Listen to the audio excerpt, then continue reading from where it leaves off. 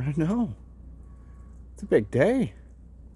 Come take a road trip with Jake and Rachel as we go and pick out a new friend for Cedar. We are on the road, and Rachel is clearly not getting enough attention, so she has to mess with me a little bit. Okay, we're at the place where the cows are. This is where Cedar and Willow originally came from.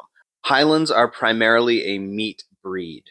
But what's cool is that the cow we're going to pick out today will get to live out its natural life as a companion for Cedar at Topsy Farms. And we are very grateful to you people listening to this and watching this video for helping out.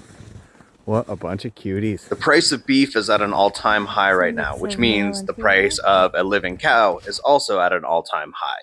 This is our first sighting of little Juniper. She is a little bit cautious, just the right amount, but she's only used to being around cows, and her limited interactions with humans are mostly like this, where a person comes in, feeds them, gets a bit close. Cows, like sheep, all want to have a bit of a force field around them. It's part of their self-protection as a prey animal. This is the part of the day where our camera work fails a little bit. So we have Juniper isolated because we need to get her into the squeeze and then into the trailer. And it was difficult to film and do the work at the same time. Little sweetie.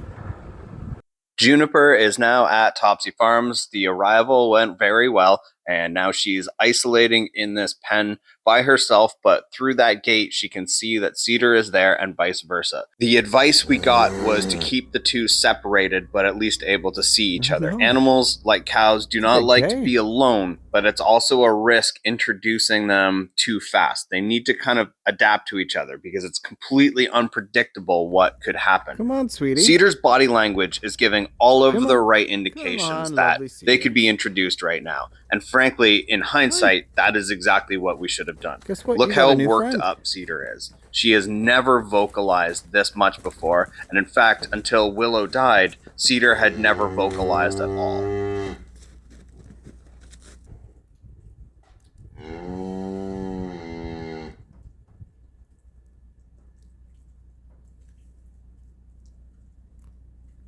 Your new friend, Cedar. This is Juniper.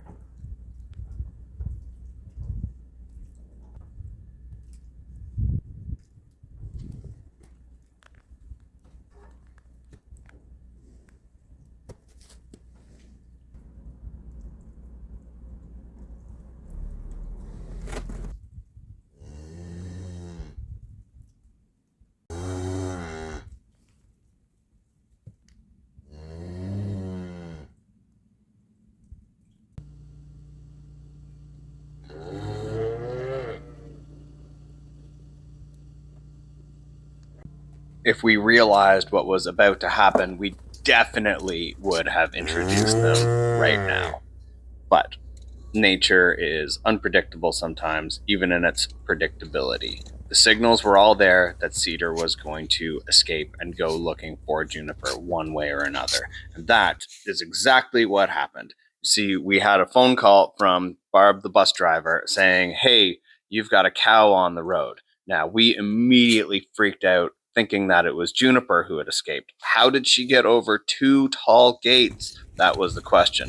But it was Cedar going looking for her new friend. So here is the moment where we decide, to hell with it, we have to take the risk, otherwise Cedar is just going to keep escaping. And so the voiceover is going to shut up, and now you can just watch for yourself what happens next.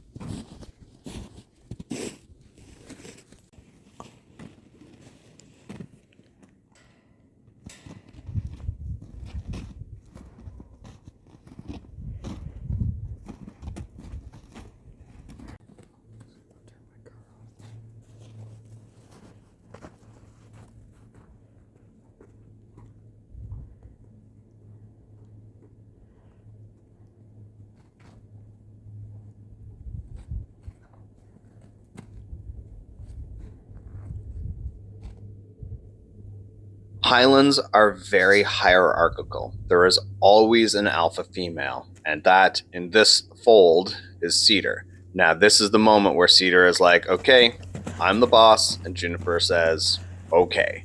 And from this moment on, we know everything is going to be all right. The two of them will figure it out, Cedar will push Juniper around a little bit. Juniper will learn what's okay and what's not okay. Cedar will show her where the water trough is, where their salt lick is, and suggest times where they go eat and go drink and when they go lay down. Cedar is the boss. Juniper will follow, and everything is now right in the world.